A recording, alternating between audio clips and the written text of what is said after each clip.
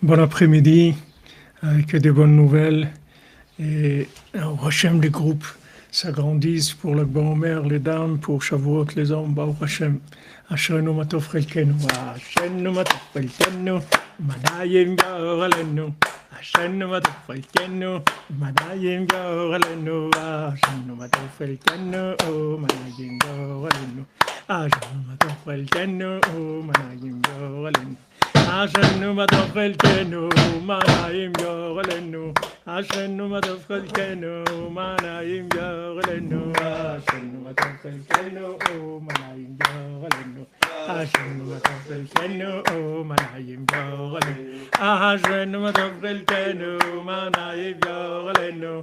Ashenu matov chelkenu, manayim yorelenu. Ashenu matov chelkenu, manayim yorelenu.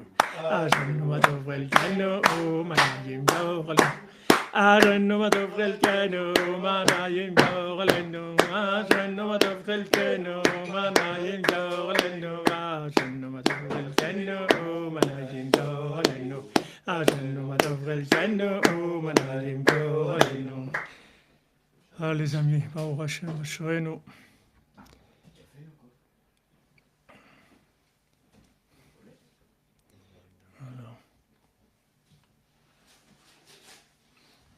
Dit.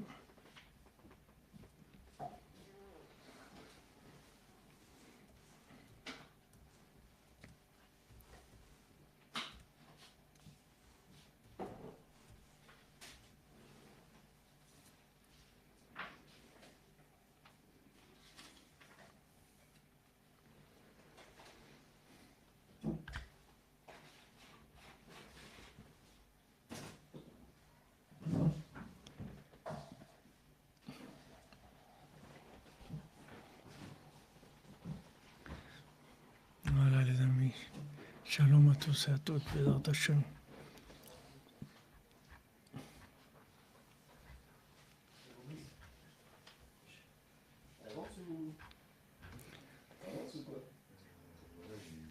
Mademoiselle Fuma, vous dites les cours sur le Makom, c'est très très fort. C'est très fort, c'est des notions qui sont... Ashrenu, Baruch Hashem, qu'on nous soigne avec des médicaments comme ça. Que Rabbeinu nous envoie des médicaments pour nous soigner comme ça. Alors on fait le cours pour Refoua Shlema, Bezrat Hashem, de tous les malades, pour la Géoula, Berachamim. Refoua Shlema pour le Rav Besançon, Israël Yitzhak Ben Fortuné, Mordechai Ben Fortuné, Dvorah Miriam Bat Korina Yala. Amen. Shlomo Dov Ben Zala Cohen, Eliyahu Nathan Ben Yocheved Cohen, Léon Yehuda Ben Sonia Sarah, Hana Bat Dona, Moshe Ben Rivka, Chaya Esther Ruth Bat Aisha, Yaakov Yoshua Ben Rachel, Avraham Ben Reuven, Joël Rachel Miriam Bat Besoda Atal, Yaakov Ben Pnina, Moshe Yosef Ben Malka. Pour l'élévation de l'âme de Simcha Bat Benyamin. Simcha Bat Binyamin, Peretz Meslati Ben Miriam Ben Eliyahu, la maman de notre ami Georges Avram Ben Simcha, sa maman Léa Shalom qui est décédée, Simcha Bat Frecha, Robert Issachar Ben Gnasia, Gisèle Bat Malka, Yosef Ben Aviva, Maurice Moshe Ben Rachima, Suzanne, Myriam Bat Louise Aziza, Daniel Shushan Ben Meir, Meir Ben Rachel, Eric Maimon Ben Léa. Pour la tzlacha de la vie Avraham, Eliv Valérie et Mouna. Alors, Bezrat Hashem, on va faire une halakha dans l'écouter halachot, ilchot melamdim halakha aleph. C'est une halakha qui est courte, elle fait qu'une page, même pas une page complète. Sur le fait que Chayav Adam lelamed livno Torah, et chen leven bno, shenema vodatam levanecha, luvne vanecha. Donc il y a une obligation de la Torah, Mikael ben Miriam, Refoua Shlema. Amen. Et Naomi Bat Sarah et Yochanan Nachman Ben Korin. Attends, une minute. Mikael ben Miriam.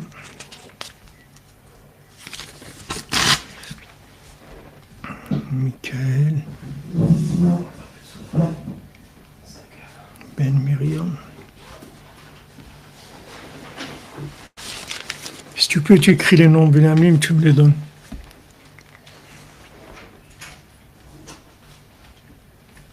Il faut Shlema pour Michael Ben Miriam.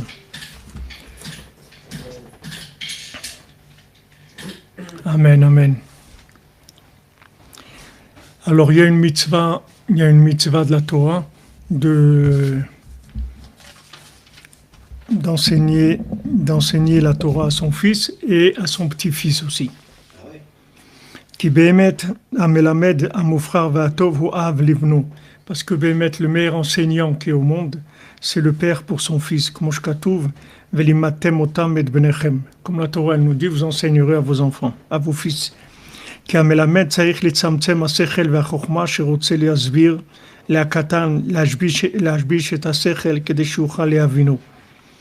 Maintenant, celui qui veut enseigner à quelqu'un, il doit contracter ce qu'il veut enseigner, il doit le simplifier au maximum pour expliquer à un plus petit et habiller la notion qu'il veut transmettre pour que l'autre puisse comprendre. Il faut faire des levushim. Des levushim, ça s'appelle dans la Torah, les levushim, la notion de levush, de vêtements, c'est des tzimtzumim, c'est-à-dire c'est des contractions, des simplifications des notions pour qu'elles soient accessibles. C'est ce qu'on appelle un vêtement. Kenira Bechouch, comme voir Betriat Mama, Mishra de Sakina, comme Rabbeinu, il enseigne dans la Torah 30. Velazé Mesugal Beyoter Avlivnu. Et c'est pour ça qu'un père, c'est celui qui est le plus apte à pouvoir transmettre à son fils, c'est-à-dire qui est le plus apte à pouvoir réduire la compréhension à son fils. Parce que maintenant, tout le fils entier, c'est un lévouche du père.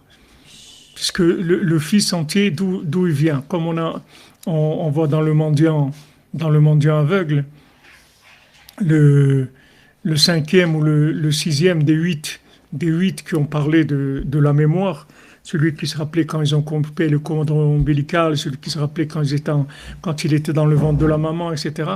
Il y en a un qui se rappelait quand il était dans le cerveau de son père, avant que la semence ait quitté le cerveau du père, pour pouvoir commencer le processus de la fécondation et de l'enfantement. Donc, dans la racine de l'enfant, il se trouve, c'est une goutte de semence qui est qui est une partie du cerveau du père mamash. Donc, tout l'enfant. C'est un vêtement du père, c'est-à-dire c'est une application, c'est une extrapolation, c'est une projection comme un... Ouais, une projection. Comment ils disent progéniture.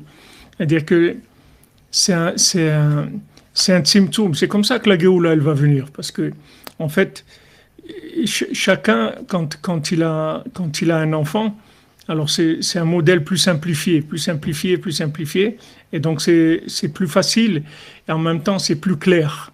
La chose elle est plus claire quand elle est passée bien sûr en étant dans le chemin de la vérité, mais quand la chose elle passe par plusieurs vêtements, c'est plus facile de comprendre la chose. Quand on voit Rabbi Nathan, il avait 5 fils.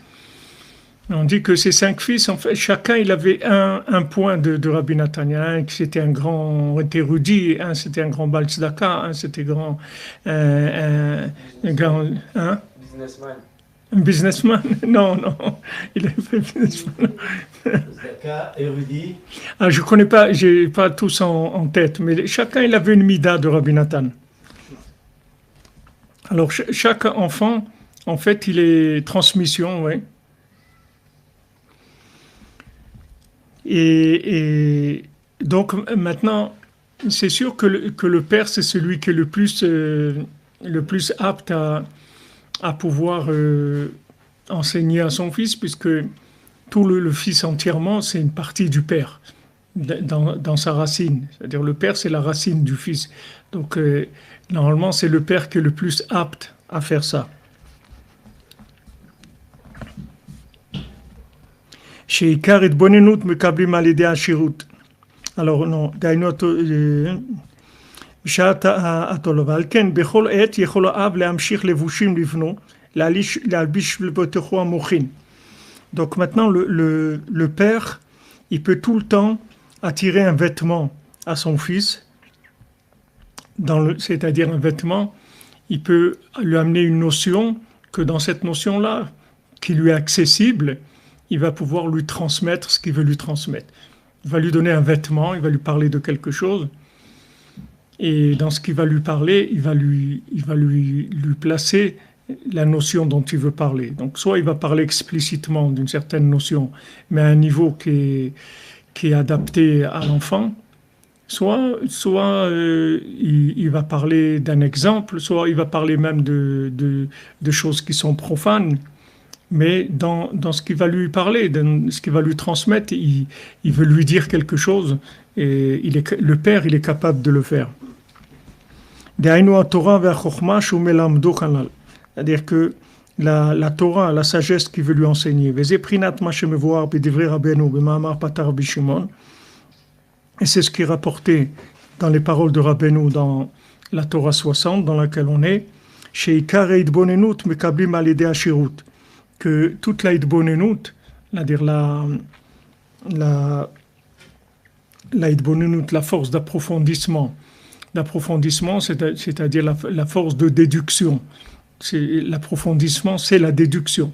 C'est-à-dire plus on va approfondir, plus on va déduire. L'approfondissement, c'est la déduction de choses qui ne sont pas explicites. On va nous donner quelque chose d'explicite, après il faut déduire. Maintenant, la richesse, elle donne la largesse d'esprit qui va permettre cet approfondissement. Parce que la richesse elle-même, c'est un vêtement. La richesse, c'est un moyen pour arriver à approfondir la Torah plus.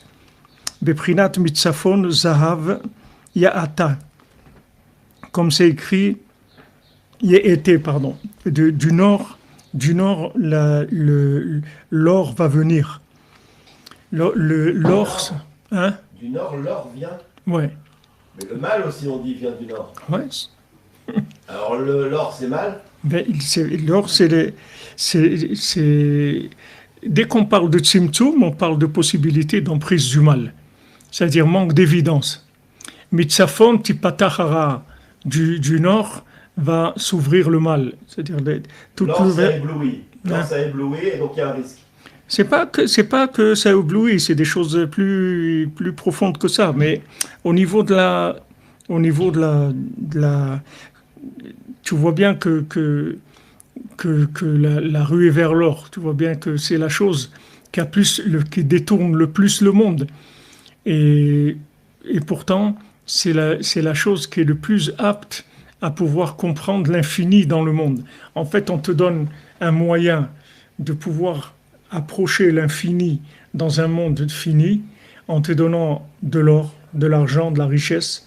C'est-à-dire on t'élargit l'esprit au maximum pour que tu puisses voir Hachem, parce qu'avec l'esprit comme tu es, tu ne vas pas pouvoir comprendre qu'il y a Hachem dans le monde comme si tu étais riche. Mais plus tu vas être riche, plus ton esprit va être large pour comprendre Hachem.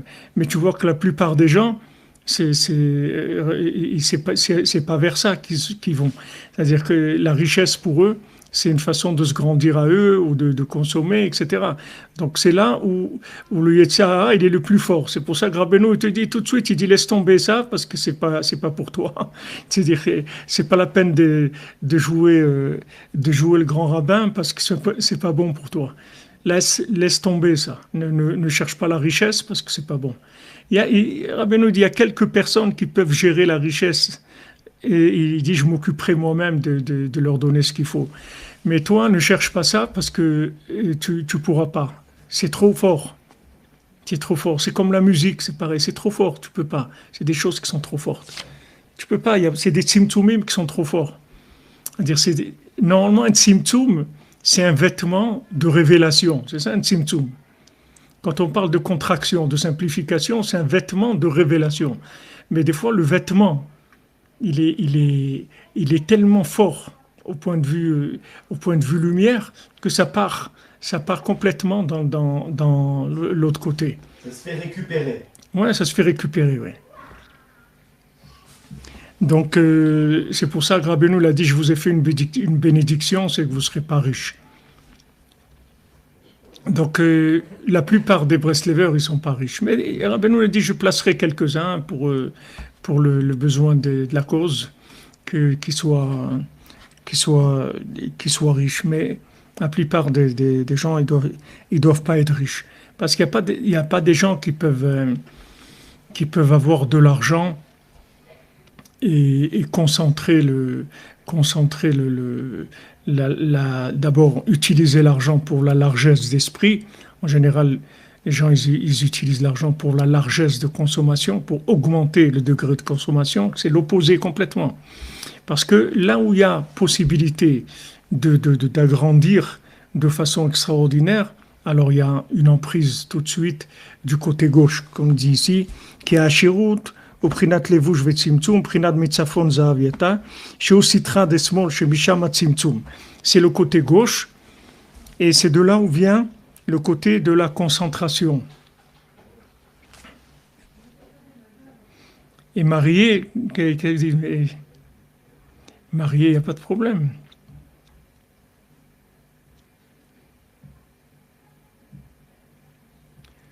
Exactement, Jean-Luc, exactement. On ne donne pas la fonction de trésorier à des gens qui sont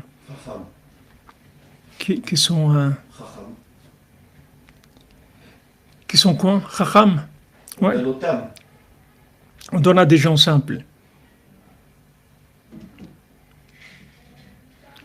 Tzimtzum, ça veut dire les tzamtzem, ça veut dire contracter, c'est-à-dire quand on veut expliquer une notion, alors elle est trop forte, elle est trop grande, elle ne rentre pas dans l'esprit, on ne comprend pas. Alors on réduit jusqu'à ce que ça soit compréhensible. On peut réduire soit par des explications, soit par des exemples, soit pour des images, réduire la notion de manière à ce qu'elle soit accessible. C'est ça la notion de Tzimtzum. Maintenant, quand on réduit, alors on prend tout de suite un risque, puisque du moment où la notion elle n'est pas complète dans sa façon d'être présentée, elle peut être mal interprétée. Elle peut être mal interprétée, puisque du moment où on a commencé à concentrer la chose, à la contracter plutôt, contracter la chose, ça peut donner d'autres explications que ce qu'on voulait dire au départ. D'un côté, on est obligé de contracter pour expliquer, mais quand on contracte, on rentre dans le risque de nouvelles interprétations de la notion. Donc c'est parce que quand on parle de contraction, de tzimtzum, c'est le côté gauche. On va vers le côté gauche. Donc comme la richesse, c'est quelque chose, c'est un pouvoir extraordinaire, il est tellement extraordinaire que la plupart des gens y tombent. Et tous les gens qui vous disent « Non, mais moi je suis pas comme les autres, moi quand je serai riche, si je suis riche, moi je ferai pas comme tout le monde. » Mais parce qu'ils sont fous, ils savent pas de quoi ils parlent, c'est tout. Ils savent pas que quelqu'un qui est riche, c'est pas comme quelqu'un comme il est maintenant. Il va recevoir des doses d'énergie qui vont le rendre fou complètement. Alors, si quelqu'un maintenant ça lui tombe dessus, c'est quoi ton conseil maintenant? C'est que si ça lui tombe dessus, quand ça t'arrivera, tu m'appelles, voilà. Non, ça m'arrivera, peut-être toi aussi tu seras convaincu avec moi, on pourra plus. Maintenant tu dois le dire. Non. Ne fais pas de soucis. T'inquiète pas.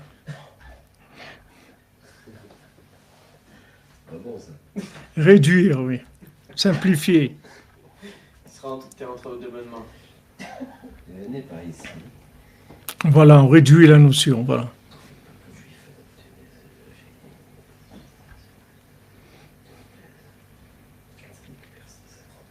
Oui, c'est réduire, c'est perdre des détails, des fois même des choses qui sont importantes. Merci beaucoup, Vifra Estia, pour votre bienveillance. Paix et amour dans mon foyer avec mes 3 enfants et nous, s'il vous plaît, dans ce monde. Amen, amen. Elisabeth Yacoub, qu'Hachem vous bénisse, Bézat Hachem, Amen. vous et votre famille. Amen.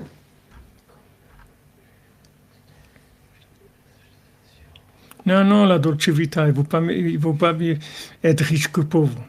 C'est pas vrai. L'épreuve du riche, elle est beaucoup plus difficile que l'épreuve du pauvre. Parce que l'épreuve du pauvre, c'est rien que de supporter, c'est tout la pauvreté. C'est supporter avec de la émouna. Mais l'épreuve du riche, c'est qu'il faut faire quelque chose avec l'argent. Et quoi faire? C'est une histoire. C'est une grande histoire. C'est pas évident du tout.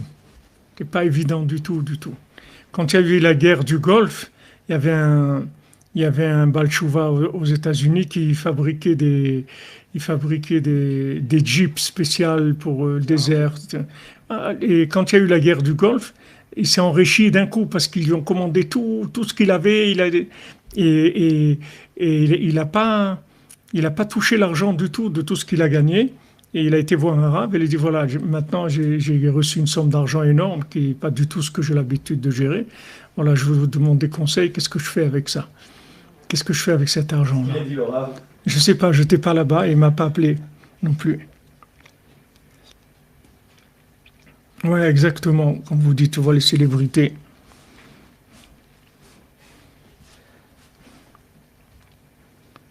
Mais pour dire que quelqu'un, les gens, ils se méfient. Les gens, ils font attention, ils se méfient. Il y a même des gens, des fois, qui refusent, qui gagnent au loto et ils ne les prennent pas. C'est arrivé des cas où des gens, ils ont gagné des millions et des millions d'euros. Ils n'ont pas été les prendre. Ça leur a fait peur. Parce qu'ils sentent que c'est une énergie qui va les basculer.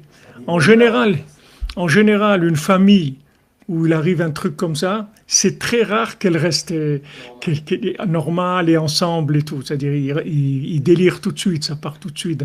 Parce que c'est des énergies, c'est de la lumière, c'est très très fort. En général, il n'y a pas de kelim pour gérer ça, il n'y a pas de récipient pour gérer ça. Utiliser la richesse pour idbonenu ta Torah, il faut être il faut être un tzaddik d'abord, il faut avoir tikkun abrit, il faut être un tzaddik, il faut être quelqu'un de très très haut niveau. En fait, il n'y a que Rabbeinu qui peut gérer la richesse. Sinon, ça part dans des folies totales. Regarde les grandes fortunes et tout ce qu'ils ont, des avions aménagés en trucs, des yachts. Ils ne savent plus quoi faire. C'est-à-dire, ils savent plus quoi faire pour essayer d'avoir un petit peu de plaisir de toute cette richesse, des trucs. Ça part complètement parce que c'est la gauche, le côté gauche. Mais d'un autre côté, comme Rabbeinu dit dans la Torah 60, im en kemach en Torah, c'est-à-dire tu as besoin un minimum de parnassa par rapport d'abord une parnassa de fonctionnement, tu as besoin, c'est-à-dire manger, s'habiller, avoir un toit, etc. Ça c'est la parnassa fonctionnement. Après, si tu commences à approfondir la Torah, c'est-à-dire tu cherches à déduire la présence d'Hachem dans ta vie, dans l'étude, là où tu es, plus tu vas chercher à déduire, plus on va te donner des moyens mentaux, c'est-à-dire un élargissement mental, comme si tu dis quelqu'un il va se lancer dans la recherche pour la médecine ou des choses comme ça, alors on va lui donner des subventions pour l'aider dans la recherche, parce qu'il est en train de chercher à améliorer la vie des gens, donc on va lui donner des subventions. Ça c'est pareil. Si tu cherches Dieu dans ta vie, on va te donner des subventions pour élargir ton esprit, pour que tu puisses le trouver. Mais ça c'est quelque chose qui est en dehors de la parnassa. Ça n'a rien à voir avec la parnassa, c'est fonctionnement. Mais s'il n'y a pas de parnassa, Rabbeinu dit, il n'y a pas de Torah. Im en kemach, en Torah. S'il n'y a pas de farine, il n'y a pas de Torah. C'est-à-dire qu'on ne peut pas comprendre la Torah si on n'a pas de parnassa. Tu vois, tous les gens que tu crois qui comprennent la Torah, etc., qu'ils n'ont pas de parnassa, ils travaillent pas, ou ils n'ont pas un rapport avec le marché au matin, le commerce ou quelque chose. Tu crois qu'ils comprennent pas, parce que quand il arrive des moments, comme il y a eu malheureusement les trucs du vaccin et tout, tu vois que les gens, ils voient pas clair du tout, du tout. Pourquoi ils voient pas clair du tout? Parce que, en fait, ils n'ont pas l'esprit qu'il faut pour gérer la connaissance qu'ils accumulent. Ils ont une connaissance, mais il n'y a pas de bina. C'est-à-dire cette connaissance, elle n'est pas liée avec les réalités. Alors maintenant, quand tu vois quelqu'un qui a des grandes connaissances, tu as l'impression que parce qu'il sait beaucoup de choses, tu peux lui demander conseil, il va te dire, il va te donner un bon conseil. C'est faux. Le conseil, il vient pas des gens qui ont de la connaissance. Le conseil, il vient des gens qui ont de la bina, pas de la connaissance. Des gens qui savent lier la connaissance avec la réalité. C'est ça. Et la parnassa, elle est faite pour ça. Le fait que maintenant, tu rentres dans les 39 travaux la parnassa, qui sont les travaux du Mishkan, ça te donne un lien avec Hachem à travers la matière. Et ça te permet de créer une réalité, c'est-à-dire une spiritualité dans la réalité, pas une spiritualité qui est déconnectée du monde. Il faut que la spiritualité, elle soit tout le temps liée avec la réalité. Sinon, il y a un problème. Si maintenant il y a une grande connaissance, et quand on arrive à une décision, la personne, elle n'a pas la bonne décision, elle se trompe, ça veut dire que sa connaissance, elle est déconnectée de la réalité. Et ça vient de la parnassa. C'est-à-dire que la personne, elle n'a pas de parnassa, tout simplement.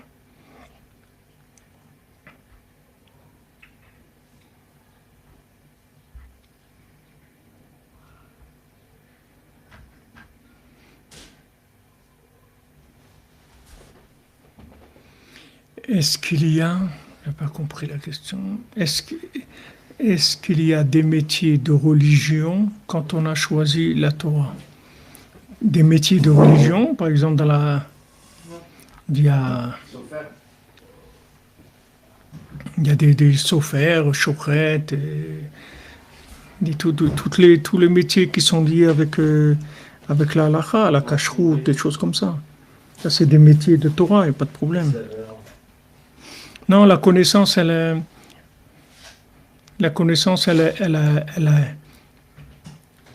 théorie, elle éclaire pas la pratique. La théorie, elle éclaire la pratique que si c'est le sens.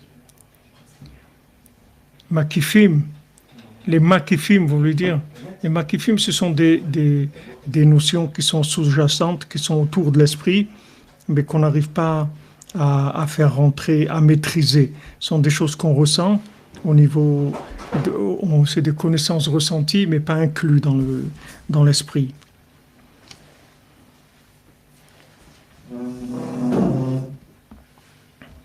La bina, elle ne vient que si la personne elle a du chimouche. C'est-à-dire que la bina, c'est quelque chose de féminin. C'est-à-dire que si quelqu'un qui a de la connaissance, il faut qu'il ait aussi des travaux pratiques. C'est-à-dire qu'il faut qu'il soit en contact avec des gens qui vivent cette connaissance, pour savoir comment on vit la connaissance. Comme si vous apprenez un métier, après vous allez aller en stage, parce que vous êtes obligé de faire un stage, sinon vous pouvez pas, on vous donne pas le diplôme. Après votre formation, vous allez en stage dans une entreprise, parce que quand vous allez être en stage, vous allez vivre ce que vous avez appris. Et automatiquement, les choses elles vont se dessiner de façon beaucoup plus claire dans la réalité. Vous allez voir, quand la théorie, c'est toujours plat. C'est-à-dire, c'est tout pareil dans la théorie. Mais quand tu passes dans la pratique, tu vas voir qu'il y a des choses qui sont plus importantes, des choses qui passent en premier, des choses qui sont... Tu vas voir du relief, les choses vont prendre du relief. Donc le monde de la bina, c'est le côté féminin, c'est le côté concret et pratique. Alors ça c'est pareil, il y a des gens qui ont de la formation aussi dans des domaines, dans la Torah, dans beaucoup de domaines, déjà de la formation qui sont c'est de la formation intellectuelle. Maintenant, la formation intellectuelle, elle ne donne pas la bina. Maintenant, c'est ce qu'ils font quand ils étudient, c'est très bien. Il faut étudier beaucoup. Rabbeinu veut qu'on étudie beaucoup, mais il faut toujours être en contact avec la réalité qui correspond à cette étude-là, de manière à ce qu'il y ait toujours de la bina, que ça soit lié avec du concret, et donc ça donne des conseils, ça donne un mode de vie. Sinon, ça ne sert pas à grand-chose. Et si la personne, elle se met à appliquer ce qu'elle a compris sans bina, alors là, c'est un monstre, c'est-à-dire c'est une catastrophe. C'est une catastrophe. Hachem Mishmor, c'est des catastrophes. Aussi, il ne faut pas que l'étude, elle déplace la prière, exactement. Qui a shirut prinat levush vetzimtzum prinam tzafon v'zahaviate shehu sitra de smola shemisham tzimtzum v'ashirut unachlat avot. Maintenant, la richesse s'appelle l'héritage des parents. Comme je katouv beit vahon nachlat avot. Comme c'est une maison et une richesse, c'est l'héritage des parents. D'ailleurs, c'est la première chose qu'on voit dans le cordonnier, c'est que la différence entre le chacham et le tam, c'est que le tam, il hérite tout de suite de la maison de ses parents, et le chacham, il s'en va et la maison de ses parents, elle se détruit parce qu'elle est à l'abandonner. Donc on voit que la différence entre le tam, entre le cordonnier et le chacham, c'est que le cordonnier, il rentre dans le levouche de ses parents, c'est-à-dire qu'il a le tzimtzum de ses parents, comme Rabbeinu dit ici, que les parents ils enseignent, c'est-à-dire le père il enseigne la Torah à son fils, donc il rentre dans le vêtement des parents, alors que le chacham il rejette ça, il veut commencer une vie à lui qui n'a rien à voir avec ses parents et tout, la maison de ses parents elle se détruit, et ça aussi tu te dis pourquoi Rabbeinu dit il aurait pu la louer à quelqu'un ou un truc, mais bon, c'est le sens que Rabbeinu veut nous dire. Il veut dire, voilà ce que c'est un chacham, c'est-à-dire le chacham, en fait, c'est qu'il a déconnecté son esprit de celui de son père, en fait. C'est-à-dire, il veut créer... Hein? Il dédaigne. Oui, il dédaigne sa provenance, c'est-à-dire donc il dédaigne le fait d'être un vêtement, c'est-à-dire lui-même il veut être indépendant, il veut pas avoir de rapport. Donc il n'a pas de vêtements. Donc comme du moment où il n'a pas de vêtements, ça va le brûler ce qu'il va apprendre, ça va le brûler et ça va le sortir complètement de la réalité. C'est-à-dire il devient débile, mais complètement débile, alors que c'est un génie, mais il devient débile. C'est-à-dire qu'il fait que des bêtises. Et c'est ce qu'on voit des gens qui sont très très chachamim, des gens qui sont des érudits, des gens qui savent beaucoup de choses, mais ils deviennent débiles, ils disent des choses qui sont débiles, parce que ils ont pas de lien avec la réalité, ils parlent pas la réalité, ils sont tellement dans la théorie qu'ils n'ont pas de rapport avec la vie. Alors lui, n'importe quoi que tu lui dis, il a réponse à tout, il n'y a pas de problème, il comprend tout, il sait tout, mais il est à côté, mais complètement à côté. Mais vraiment complètement, c'est-à-dire il a rien à voir avec la réalité. Et il finit un clochard, il finit avec les démons, il finit dans des choses terribles.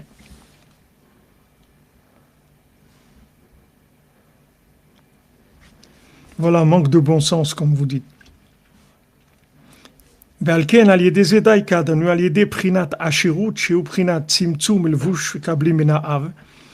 maintenant, par la richesse qui est le vêtement qu'on reçoit du père, c'est pour ça qu'il y a toutes les halachot d'héritage et tout, c'est très important. C'est très important pour le père, c'est très important pour le fils aussi, qui gère l'héritage de son père. Parce que c'est bien pour l'âme du père, et c'est bien aussi pour l'âme du fils, parce que cet héritage de son père, ça lui donne un vêtement dans la vie pour pouvoir vivre la Torah qui était dans l'esprit de son père. Donc avec ça, on peut recevoir l'approfondissement grâce à ces moyens de compréhension qui sont des moyens de simplification de la compréhension.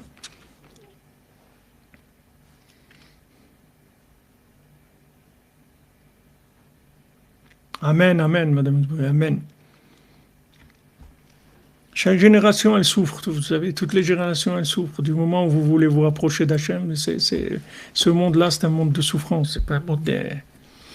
Il y a un peu, Hachem, il y a des moments où...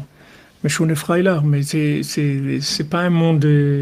Toutes les générations, c'est des générations d'accouchements, il y a des accouchements physiques, des accouchements mentaux, des accouchements de civilisation, des accouchements de chokhmah. Et des... Non, mais spirituellement, c'est un monde de simcha. C'est-à-dire C'est-à-dire que pour celui qui qui se bat. Rien que le fait qu'il se bat, même s'il est choutou, s'il écoute ce que tu dis, ce qu'il dit Rabbeinu, c'est la simcha toute la vie. Il n'y a pas de tristesse, de souffrance. Spirituellement, je te parle. Je ne parle pas je parle pas maintenant La souffrance n'enlève rien à la simcha. La simcha n'empêche pas que le gars il va souffrir. Voilà, ça n'a pas de rapport. Okay. La tristesse, c'est quand tu crois que la souffrance, elle vient de tes erreurs. Mais si tu sais que la souffrance, elle est en rapport avec ce monde, c'est tout. Ça n'a rien à voir avec toi. C'est comme ça, c'est ce monde qui est comme ça. Merci Va pour vos merveilleux cours de nuit d'espoir. Amen, amen, amen. Mais c'est justement ça, la souffrance du tzaddik, c'est qu'il comprend tellement ce monde qu'il en souffre, tellement il voit qu'on est à côté de la plaque, quoi. Ouais, tellement il voit que le monde il est loin de ce qu'il doit être, il le fait souffrir. Ça n'empêche pas d'avoir la simcha pour... ouais, c'est ça. Et fois Shlema pour mon frère Sourik. Bezrat Hashem, Madame Irina Kazoyan. Et fois Shlema pour votre frère Soudra Benou.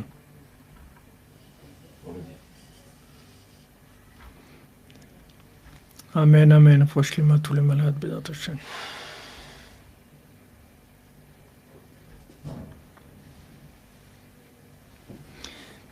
Vous aimeriez que je revienne, vous voudriez que je revienne sur la Côte d'Azur.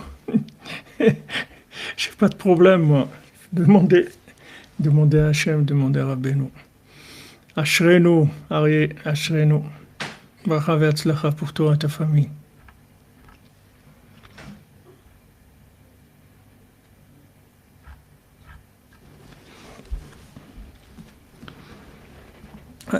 Alken Gama Rav Nikra Av.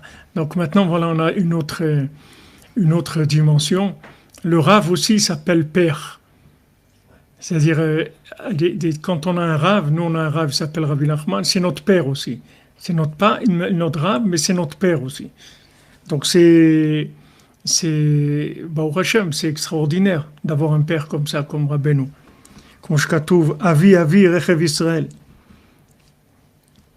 Donc ça, Avi Rechev Israël, c'est ramené dans Rechev Israël, c'est ramené dans Elisha quand il court derrière Eliyahu Hanavi.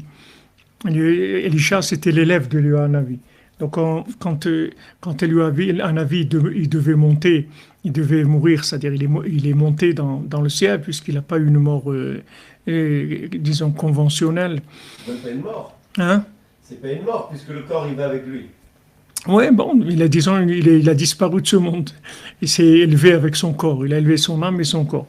Donc, quand il devait monter, alors, Elisha, il le suivait et il a dit ces mots, Avi, Rechev Israël. Et il appelait mon père. C'est-à-dire, c'est comme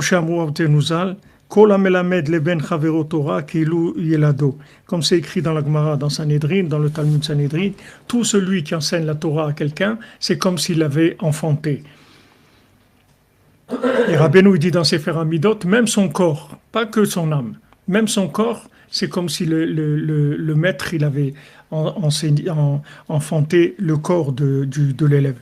Qui me'achar shelim do Torah, puisque maintenant il lui a enseigné la Torah, nimsa sheimshirlo levush lechochmato. Qu'est-ce que c'est qu'il lui a enseigné la Torah? Il lui a donné un vêtement à sa sagesse, à sa potentiel de connaissance. Avant, il avait un vêtement je sais pas, de junkie, je sais pas quoi. Il avait un vêtement des trucs d'infirmier ou je sais pas, ce qui est des boueurs, n'importe quoi. Il vient, il lui donne un vêtement qui est le vêtement de sa chorma. C'est-à-dire, il lui donne le vêtement qui correspond. Il lui dit, ne perds pas ton temps. C'est pas ça ton vêtement. Voilà le vêtement qu'il te faut. Et il lui donne le vêtement qu'il lui faut. Donc ça y est, la personne, elle va naître à partir de maintenant. Si tu avais pas maintenant le vêtement qui correspondait à ta vie, combien de choses dans la vie qui sont comme ça, que tu vois que en fait tu as commencé à vivre le jour où tu as commencé ça. C'est-à-dire tu es devenu toi-même, tu as commencé, et tout ce que tu faisais avant, c'était de la waiting list, c'est du cinéma, c'est tout. Tu avais un vêtement, tu étais un clown.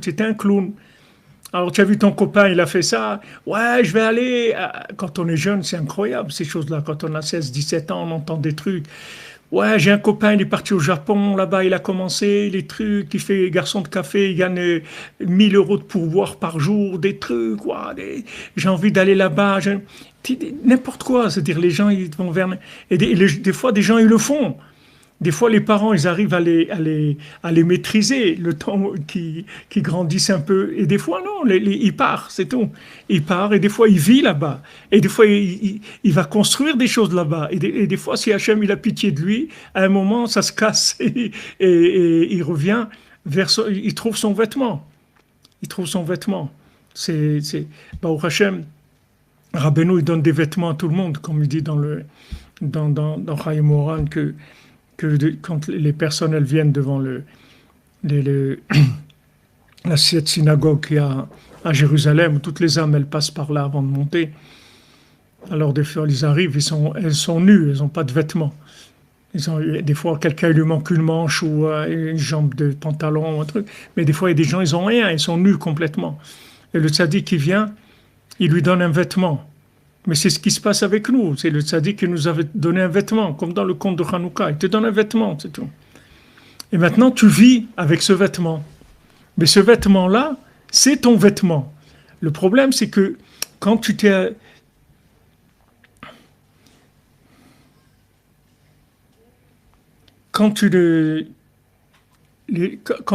reçois ton vrai vêtement, le problème, c'est que quand tu t'es habitué à vivre avec un vêtement de sosie, tu as eu l'habitude de doubler. C'est-à-dire, il y a des gens comme ça, s'ils savent doubler, ils doublent des voix ou ils doublent des gens. C'est-à-dire, ils savent. Hein? Ils reproduisent. Voilà, ils reproduisent. Quand tu as vécu en reproduisant un personnage, après, quand on te donne ton vrai vêtement, tu sens que c'est ça, mais c'est dur. C'est dur parce qu'il faut que tu changes. Il faut que tu changes. Même si c'est mieux, mais il faut que tu changes.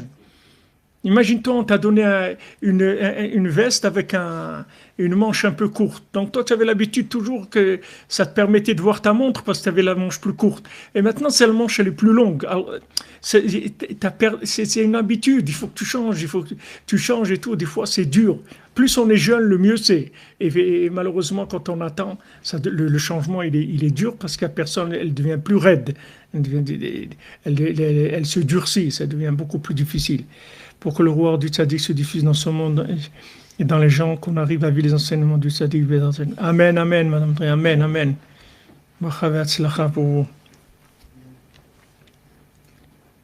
Voilà, comme tu dis, Philippe, une panoplie de Zoro, exactement.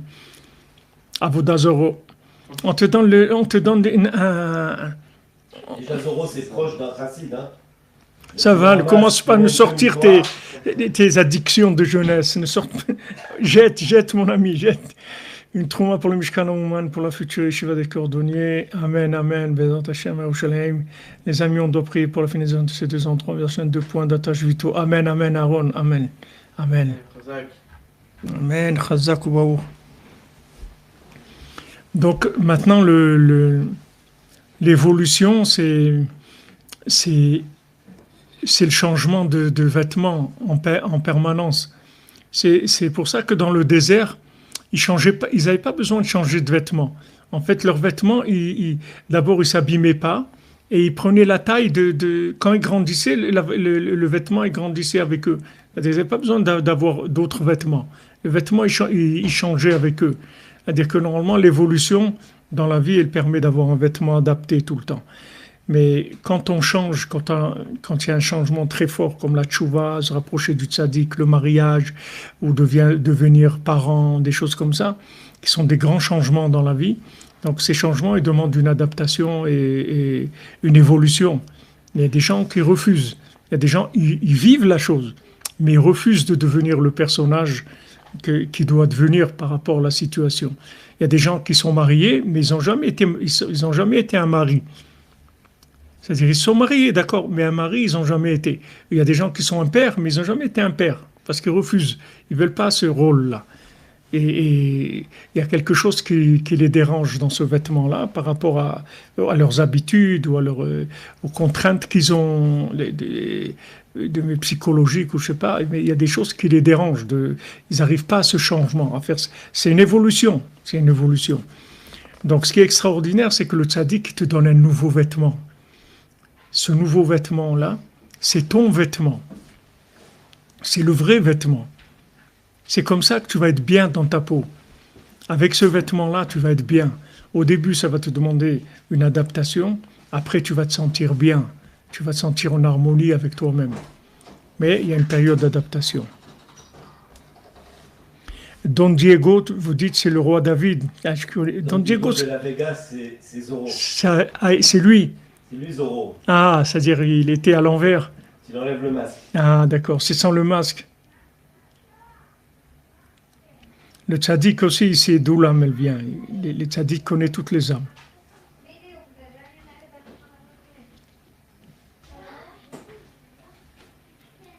Amen, amen, amen. Et le sergent Garcia, tu connais le sergent Garcia? Ça, c'est moi. Ah, c'est toi. Ah, là, on a le sergent Garcia ici, on a un doublon.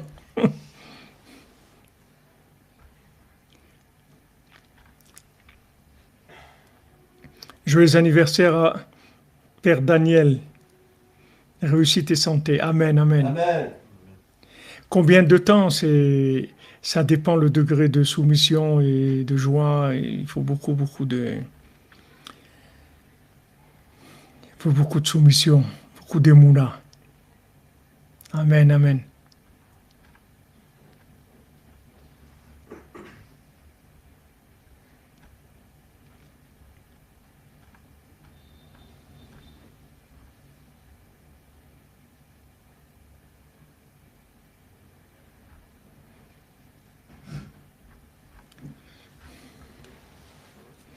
Le sergent Garcia, il aime manger et boire.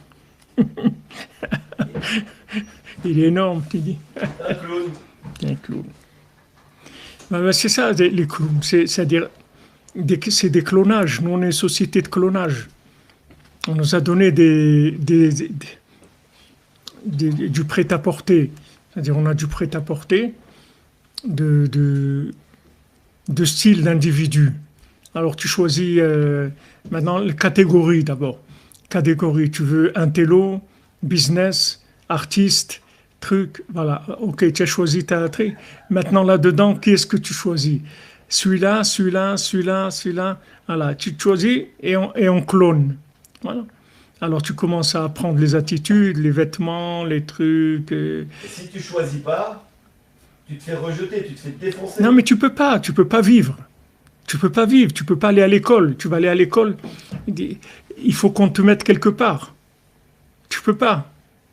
Comment tu vas faire? Ben, tu sors. Tu peux pas être. Tu vas aller à l'école. Tu vas aller à l'école. Ils vont regarder comment tu es habillé, comment tu parles, les mots que tu dis, la musique que tu écoutes. Si maintenant ils te parlent de la musique, tu réponds pas. Ils parlent d'un truc, tu réponds pas. Une émission de télé, tu réponds pas. Les trucs, mais ça y est, tu vas devenir quelqu'un complètement rejeté. Tu peux pas. Tu peux pas. Alors si tu arrives à faire de la brosse à dents, mais c'est très difficile. Il faut être un génie pour être un enfant qui fait de la brosse à dents. C'est très très difficile. Un enfant qui arrive à vivre les deux vies en même temps, qui sait qu'ils sont tous fous et il faut faire semblant avec eux d'être comme eux, et en même temps qu'il vit sa vie interne, il faut être à un niveau très très élevé pour vivre ça. La plupart des gens ne sont pas capables. Hein? C'est ça que je vous demandais, c'était d'en arriver là, c'est dur. Bien sûr, c'est dur. Quand on veut se rapprocher de Hachem et de vivre quand même dans ce monde de fous. Ouais. D'associer les deux, c'est ça qui est des fois un petit peu difficile. Quand tu es adulte, ça va. C'est plus ou moins facile de faire ça. Mais quand tu es un enfant, très difficile. Parce qu'un enfant, en général, il est intègre. C'est difficile pour lui d'avoir une double vie comme ça. Pour un enfant, de comprendre que les gens ils sont fous, c'est plus un enfant déjà. Si un enfant il comprend ça, c'est plus un enfant. En France, c'était plus facile qu'ici. Parce qu'en France, on pouvait être différent. Alors qu'on pouvait avoir un masque ou se protéger d'enfants. Ici, les enfants, ils ne sont pas différents des autres. Et ici, c'est dur. Même ici, c'est notre vraie face, on va dire. En France, ouais, t'as plus de facilité, je pense aussi, je sais pas, mais que ici, tout de suite, c'est la vérité qui revient plus vite. Ça attend pas pour nous faire avancer, Bezrat Hachem. Mais on est face à la réalité. Ouais, ouais. Ici, la réalité, elle est crue. Très crue. Très crue et très directe. Mais si on sait comment le prendre, justement, on peut avancer encore plus vite. Ouais, si En tu, France, par si exemple. tu sais qu'en fait, on est en train de te corriger, Ouais, c'est voilà, tout. c'est ça. En fait, c'est de la rééducation. Mais c'est dur, la rééducation. C'est pas agréable. Hein. Peut-être que Hachem, il nous laisse un petit peu plus de marge en France, parce que il nous donne, c'est encore plus de recettes, comme on est... C'est un recette différent, quoi. Ben, c'est-à-dire que ça dépend du niveau de l'asile. Dans l'asile psychiatrique, ça dépend dans quel étage tu te trouves. Ouais, Par rapport à l'étage, il y a des... il donne.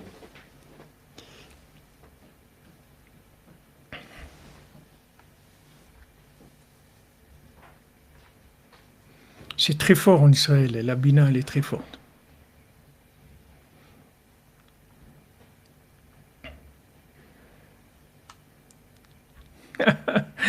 Et votre fille, elle vous a dit qu'elle a fait la brosse à dents. Ah, si vous avez une fille qui fait la brosse à dents, c'est...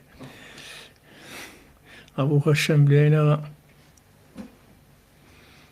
Vos enfants, ils étaient à part. Eh ben, c'est comme ça, on a tous des enfants, c'est comme ça. Est-ce qu'on est au rez-de-chaussée? Je ne sais pas. Je ne sais pas. Le principal, c'est qu'on est dans le sac de Rabbeinu. On ne sait pas où il nous emmène, mais on sait qu'il nous emmène dans le bon endroit, c'est tout.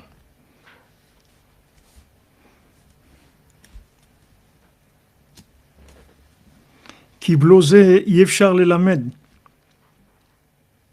Parce que si maintenant, on n'a pas de vêtements, on ne peut pas enseigner. Enseigner, c'est des vêtements. C'est-à-dire la connaissance, c'est un vêtement. C'est-à-dire tu donnes un concept, c'est un vêtement. Maintenant, tu évolues. C'est tout. Le tzaddik, il te donne un vêtement. Un vêtement, si tu te soumets à ce que le tzaddik il enseigne, à ses conseils et tout, tu vas avoir un nouveau vêtement, complètement. C'est-à-dire que tu changes de vie. Nimtsa Sheu Aviv Mamash. Donc celui qui lui a enseigné la Torah, c'est concrètement son père. C'est pas une image. C'est son père concrètement. Parce que c'est ce que le père fait. Il donne un vêtement à son fils, c'est-à-dire il le transforme par rapport à ce qu'il est, par rapport à sa connaissance du père. Donc le Rav, c'est ce qu'il fait. Alken ayoter tov chez Aviv be'atzmo yilmod ibno. C'est pour ça que le mieux, c'est que le père lui-même enseigne la Torah à son fils. Ve'im eno yechol lilmod imo, mechuyav leshalem sachar limud. Maintenant, s'il ne peut pas étudier avec lui, il faut qu'il paye un salaire ou un prix d'enseignant à un enseignant. Il faut qu'il paye à quelqu'un pour enseigner.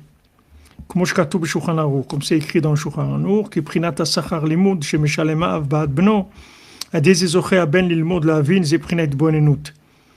Donc maintenant, en fait, qu'est-ce qu'il fait le père?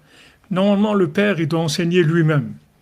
Maintenant, s'il ne peut pas enseigner, il paye un enseignant. Maintenant, ce qu'il paye, cet argent-là, c'est la richesse qu'il doit avoir pour approfondir la Torah. C'est-à-dire, en fait, c'est comme s'il donne de l'argent à son fils pour comprendre la Torah, mais il donne un enseignant pour qu'il lui enseigne la Torah. C'est-à-dire, il va trouver un remplaçant, mais il va se faire remplacer à travers l'argent, par le fait qu'il va payer l'enseignant. C'est ça qui va remplacer le père.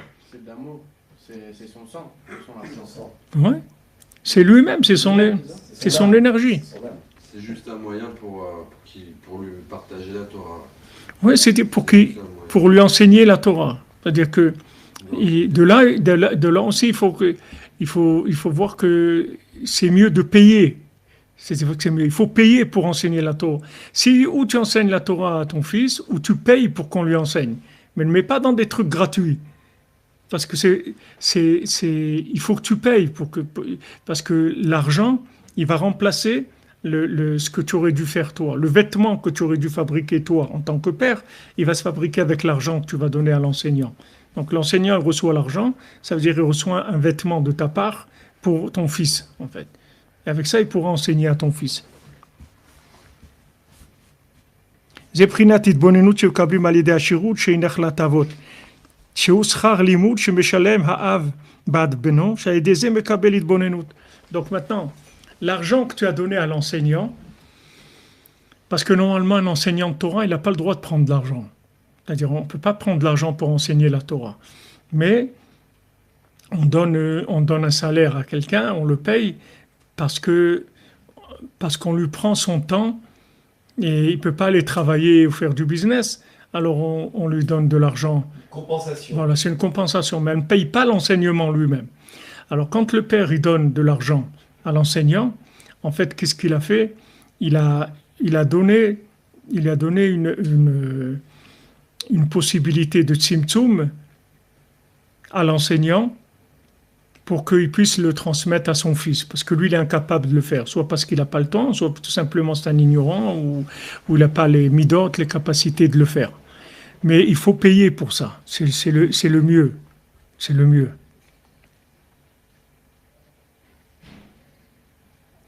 Face à face, l'enseignant et l'élève, oui, c'est vrai, c'est vrai.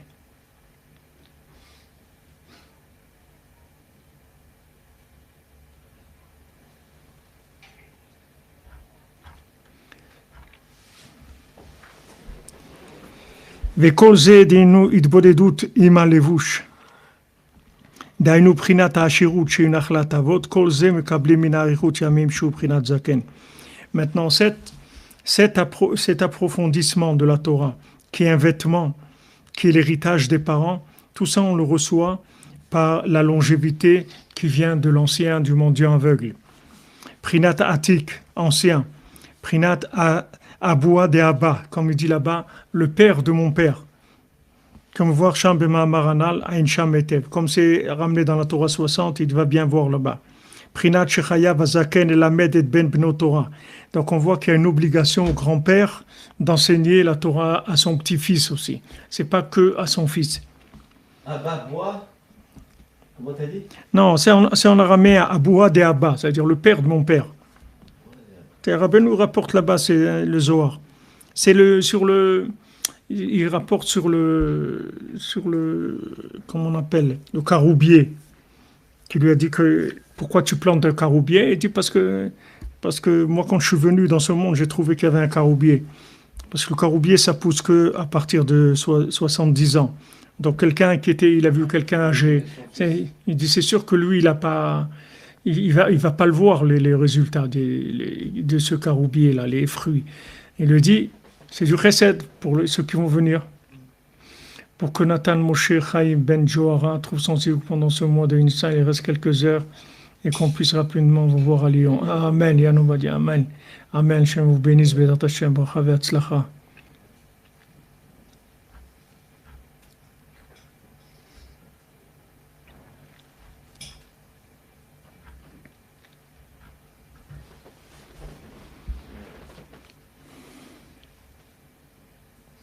זה בחינת שחייב הזקן ללמד את בן בנו תורה, כי הוא מסוגל לזה ביותר. Parce que le grand-père, il est encore beaucoup plus approprié, ou il y a un autre mot, pas approprié, apte à enseigner la Torah à son petit-fils. Je vois moi mes petits-enfants, il faut aller doucement, c'est-à-dire il faut enseigner à la grand-père, il ne faut pas enseigner comme un père, ça ne marche pas. Il faut enseigner comme un grand-père. Mais si tu arrives à placer un mot, c'est-à-dire une petite chose, après mes enfants ils m'ont dit, tu sais ce que tu l'as dit l'autre fois et tout, ça y est, et maintenant il fait les bénédictions comme ça et tout ça, et il a une parole, c'est tout, ça suffit. Il n'a pas besoin de faire de répéter des trucs, il suffit une parole, parce qu'il y a un lien qui est très très fort entre le grand-père et le père. C'est un lien d'amour, de mémoire. C'est-à-dire, il n'y a pas le côté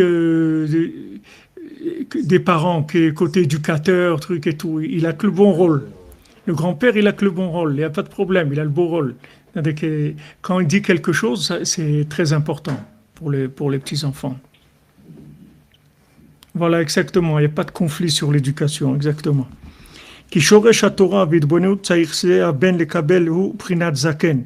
Parce que maintenant, la racine de la Torah qu'il doit recevoir, ça vient de zaken, ça vient de cette mémoire ancienne. Hainu aboa de Abba, c'est-à-dire le père du père. Prinat atik, ancien, chez Misham shoresh haTorah v'itbonenut kanal. Veken mevoir b'makom acher. Chez shoresh haTorah, prinat atik. Rabbeinu rapporte que la racine de la Torah, c'est le principe de ancien, c'est-à-dire qui était antérieur au monde. Qui ita b'divrei Rabbeinu shekol ha'itchatshut haTorah uprinat Moshe Mashiach. Que Rabbeinu dit dans la Torah 118, dans l'Écoute Moran, que tout le renouvellement de la Torah, ça vient du principe de Moshe Mashiach. Moshe Katuv, veruach Elokim marechefet al pnei hamayim, darucha de Mashiach. Comme c'est écrit, le souffle de Mashiach, le souffle d'Hachem, il planait au-dessus des eaux. Ça, c'est le souffle de Mashiach. Va'amayim uprinat Torah. Maintenant, les eaux, c'est la Torah. Ou Mashiach uprinat atik. Maintenant, Mashiach, il est ancien, puisque Mashiach, il était au moment de la création, c'est-à-dire c'est l'être ancien, antérieur. Comme je trouve, vet atikyomin mata. Comme c'est écrit, il arrive jusqu'à atikyomin, c'est-à-dire jusqu'à l'ancienneté là-bas. Mais Hachem, que des bonnes nouvelles, des grandes guérisons, des grands bonheurs dans le foyer béni par la Torah, Hachem et Rabbeinu pour associer. Amen, amen, Madame Zohari, amen. Amen.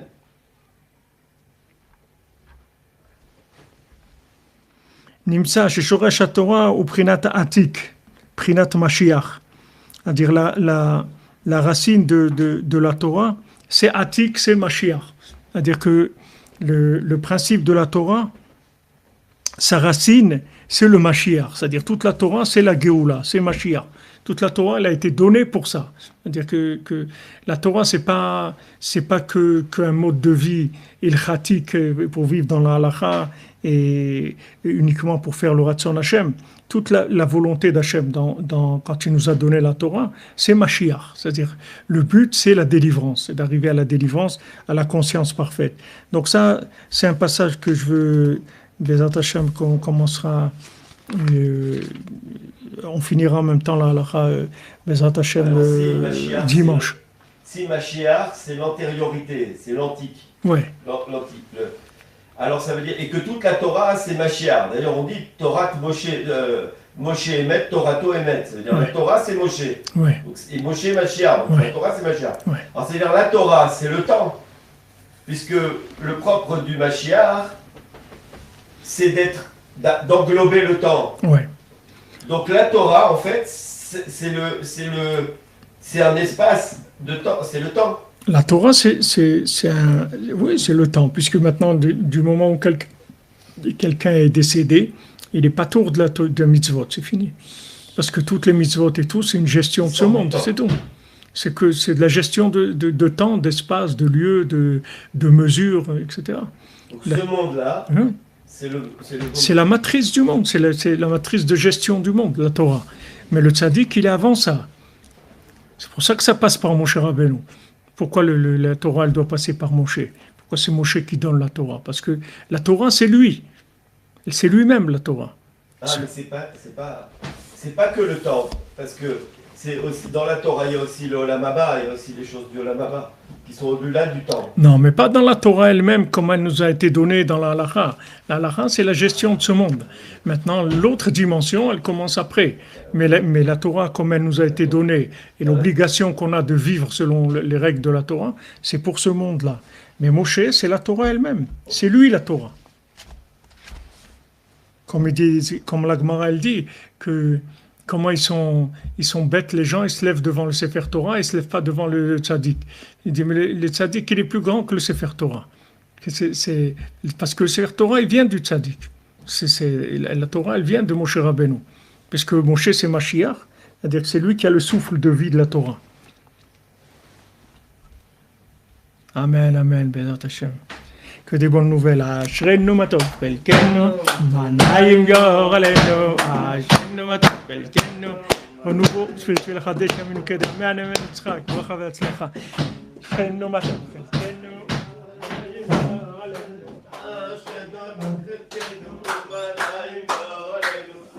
אשרינו מתן חלקנו ומנעים גורלנו, אשרינו מתן חלקנו ומנעים גורלנו, אשרינו מתן חלקנו ומנעים גורלנו, אשרינו מתן חלקנו ומנעים גורלנו, אשרינו מתן חלקנו ומנעים גורלנו, אשרינו מתן חלקנו ומנעים גורלנו, אשרינו מתן חלקנו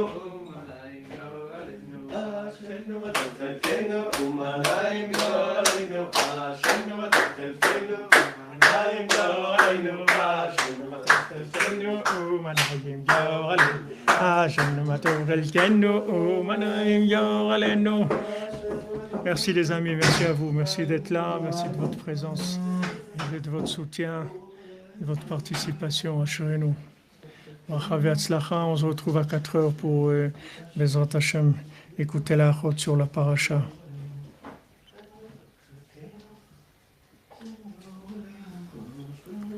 Donc voilà, n'oubliez pas, il y a le voyage des dames pour l'Akba Omer, Bezrat Hashem.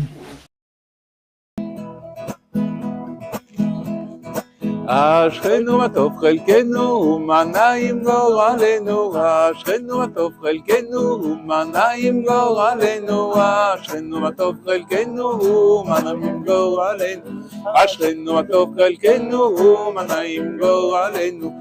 Heureux sommes-nous que notre sort est agréable, heureux sommes-nous que notre sort est agréable, heureux sommes-nous que notre sort est agréable, heureux sommes-nous que notre sort est agréable, heureux sommes-nous que notre sort est agréable, heureux sommes-nous que notre sort est agréable, heureux sommes-nous que notre sort est agréable, heureux sommes-nous que notre sort est agréable, heureux sommes-nous que notre sort est agréable, heureux sommes-nous que notre sort est agréable, heureux sommes-nous que notre sort est agréable, heureux sommes-nous que notre sort est agréable, heureux sommes-nous que notre sort est agréable, que notre sort est agréable, heureux sommes-nous que notre sort est agréable, heureux sommes-nous que notre sort est agréable, heureux sommes-nous que notre sort est agréable, heureux sommes-nous que notre sort est agréable, heureux sommes-nous que notre sort est agréable, heureux sommes-nous que notre sort est agréable. אשרינו מה טוב חלקנו ומה נעים גורלנו, אשרינו מה טוב חלקנו ומה נעים גורלנו, אשרינו מה טוב חלקנו אשרינו מה טוב חלקנו ומה נעים גורלנו, אשרינו מה טוב חלקנו ומה נעים גורלנו, אשרינו מה טוב חלקנו ומה נעים גורלנו, אשרינו מה טוב חלקנו ומה נעים גורלנו, אשרינו מה טוב חלקנו ומה נעים גורלנו. Dandararai, yamararai, yamararai, dandararai, dandararai, dandararai, dandararai, dandararai, dandararai,